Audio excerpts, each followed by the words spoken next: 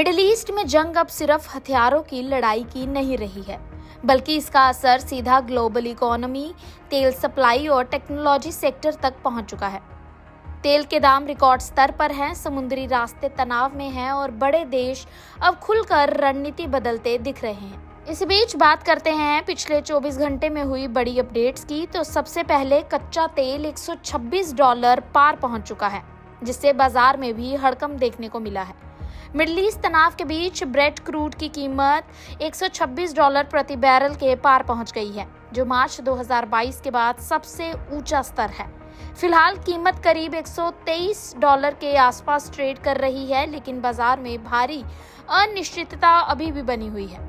इस तेजी की सबसे बड़ी वजह अमेरिका की ईरान के खिलाफ आक्रामक रणनीति और हॉर्मुज स्ट्रेट पर बढ़ता तनाव है।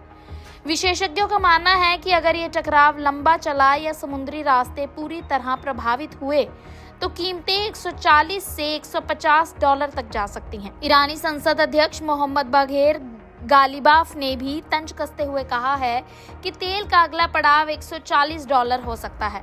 यानी कि ये संकट अब सिर्फ क्षेत्रीय ही नहीं बल्कि पूरी दुनिया की ऊर्जा सप्लाई को प्रभावित कर रहा है। दूसरी अपडेट की बात करूं तो अमेरिका की नई रणनीति सामने आई है कि छोटे लेकिन ताकतवर हमले किए जाएं। अमेरिकी राष्ट्रपति डोनाल्ड ट्रंप को आज ईरान के खिलाफ संभावित सैन्य कार्रवाई पर ब्रीफिंग दी जाएगी। सेंटकॉम के छोटे लेकिन बहुत ताकतवर हमलों की रणनीति तैयार की है, जिसका मकसद है कि सीधे युद्ध को लंबा खींचना नहीं बल्कि ईरान पर दबाव बनाया जाए। रिपोर्ट्स के मुताबिक अमेरिका हॉर्मुज स्ट्रेट के कुछ हिस्सों पर कंट्रोल करने और ईरान के हाई एनरिच्ड यूरेनियम भंडार को निशाना बनाने जैसे विकल्पों पर भी विचार कर रहा है। इसके साथ ही स्पेशल फोर्स ऑपरेशन की संभावना भी जताई गई है। ट्रंप ने हालिया सोशल मीडिया पोस्ट तूफान आने वाला है को भी इसी रणनीति के साथ जोड़कर देखा जा रहा है, यानी कि आने वाले दिनों में टकराव और तेज हो सकता है। अगली अपडेट की बात करूं तो आर्थिक जंग भी इससे तेज हो गई है।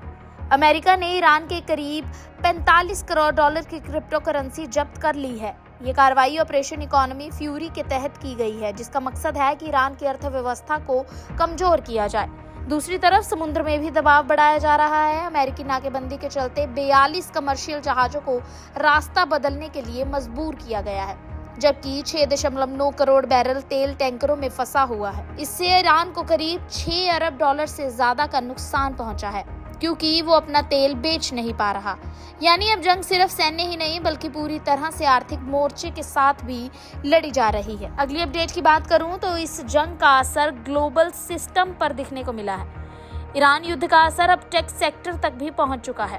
अमेज़न का AWS प्लेटफॉर्म बहरीन में ड्रोन गतिविधियों के कारण प्रभावित हुआ, जिससे कई डिजिटल सेवाएं बाधित हुई हैं।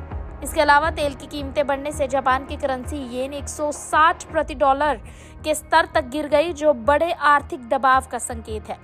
वहीं दूसरी तरफ अमेरिका खुद भी इस जंग में भारी कीमत चुका रहा है।